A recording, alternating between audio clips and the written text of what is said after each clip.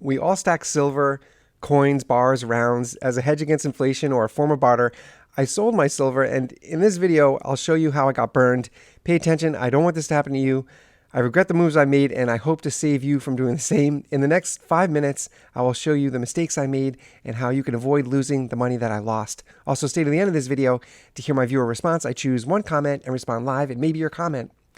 Are you like me? I had big plans for my financial future. My vision of adulthood, it involved the nuclear family, right? Wife, 2 kids, house, 401k, retirement, 2 vacations per year, cul-de-sac. It did not happen. Well, stop. I'm wrong. It happened, but the financial part did not turn out the way I expected. I think you could tell where I'm headed with this. I did as I was told.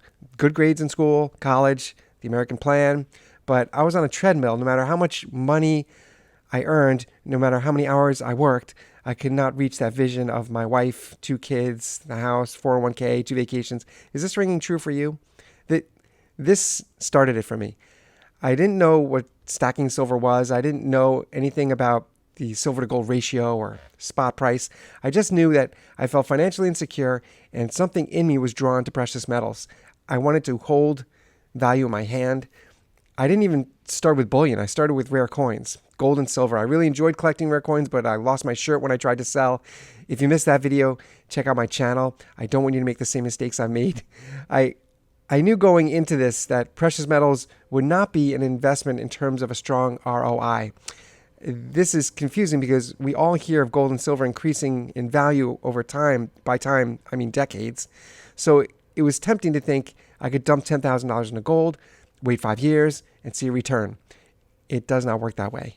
In fact, it can be argued, nobody likes to hear this, but it can be argued that the value of gold adjusted for inflation is still less than it was during the big spike of the 1980s. Did you hear me say that correctly? Economists argue that the value of gold, when adjusted for inflation, is still worth less today than it was during the spike of the 1980s when gold prices skyrocketed.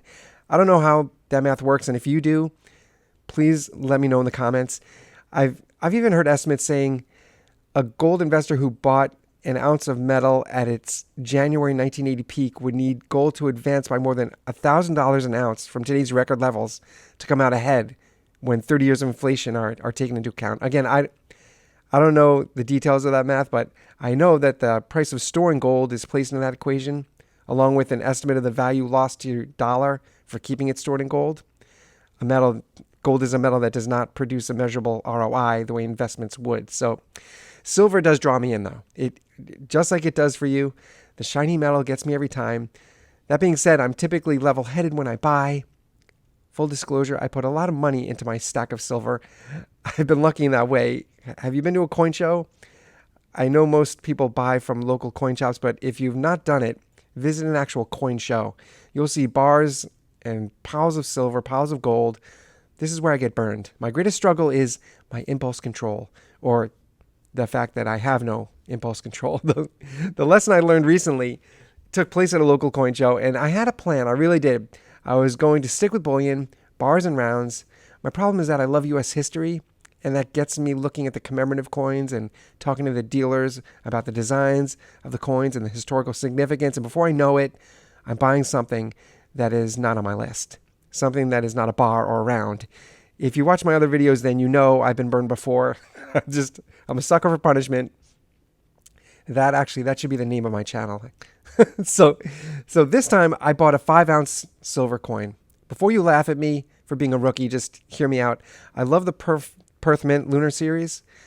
Without getting deep in the weeds, just know that the dealer I was talking with showed me a few 5-ounce rounds, and they look like giant American silver eagles. I'm sure you've seen these.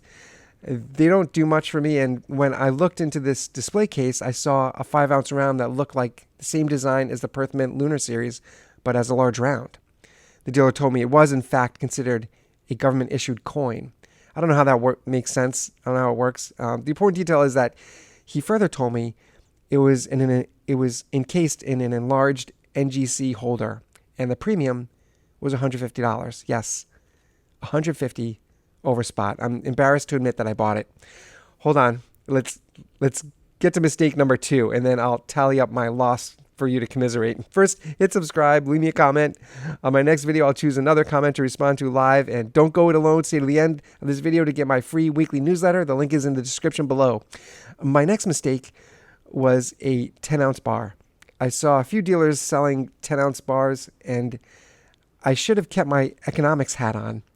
Do you know what I mean when I say that? I should have focused solely on price and premiums, surveyed the room, but the bar I chose was literally the first 10-ounce I saw. The dealer asked for $28 per ounce, and I grabbed it. You may be rolling your eyes already. That's not even the painful part. On the way out of the show, the same show, I saw a dealer's table that was stocked with silver, including silver bars. Just out of curiosity, I asked what he was asking for 10-ounce silver bars, and he said $25 per ounce. That is a terribly painful lesson that I hope I learned for everyone. This was the same show. All I needed to do was walk around the room and check the other tables before buying the bar, and I would have gotten the $25 per ounce. That hurt. Here's the bigger loss. Maybe it was panic mode. That's entirely possible. I may have panicked, but a few weeks after this show, I brought the coin and bars around to a few trusted dealers to ask what they would pay if I wanted to sell. Are you ready for this? I asked 3 dealers, and they all offered me $30 over spot for the 5-ounce coin. That's a loss of $120. Yes, you heard that right. I know I'm not alone, because in my last video, Mike Dole 23 said, I diversify my portfolio with precious metals, real estate, and crypto. Thank you for the comment, Mike. I need to push back a bit on the crypto part. I just don't trust the volatility, and I need my assets to be truly tangible. Please leave me a comment and let me know if this all rings true for you, and hit subscribe. Get that newsletter. I'll see you in the next video. Please leave me that comment. I'm going to choose another comment in my next video, and I'll respond live. And again, thank you, Mike Dole 23, for leaving me that comment. I'll see you guys in the next video.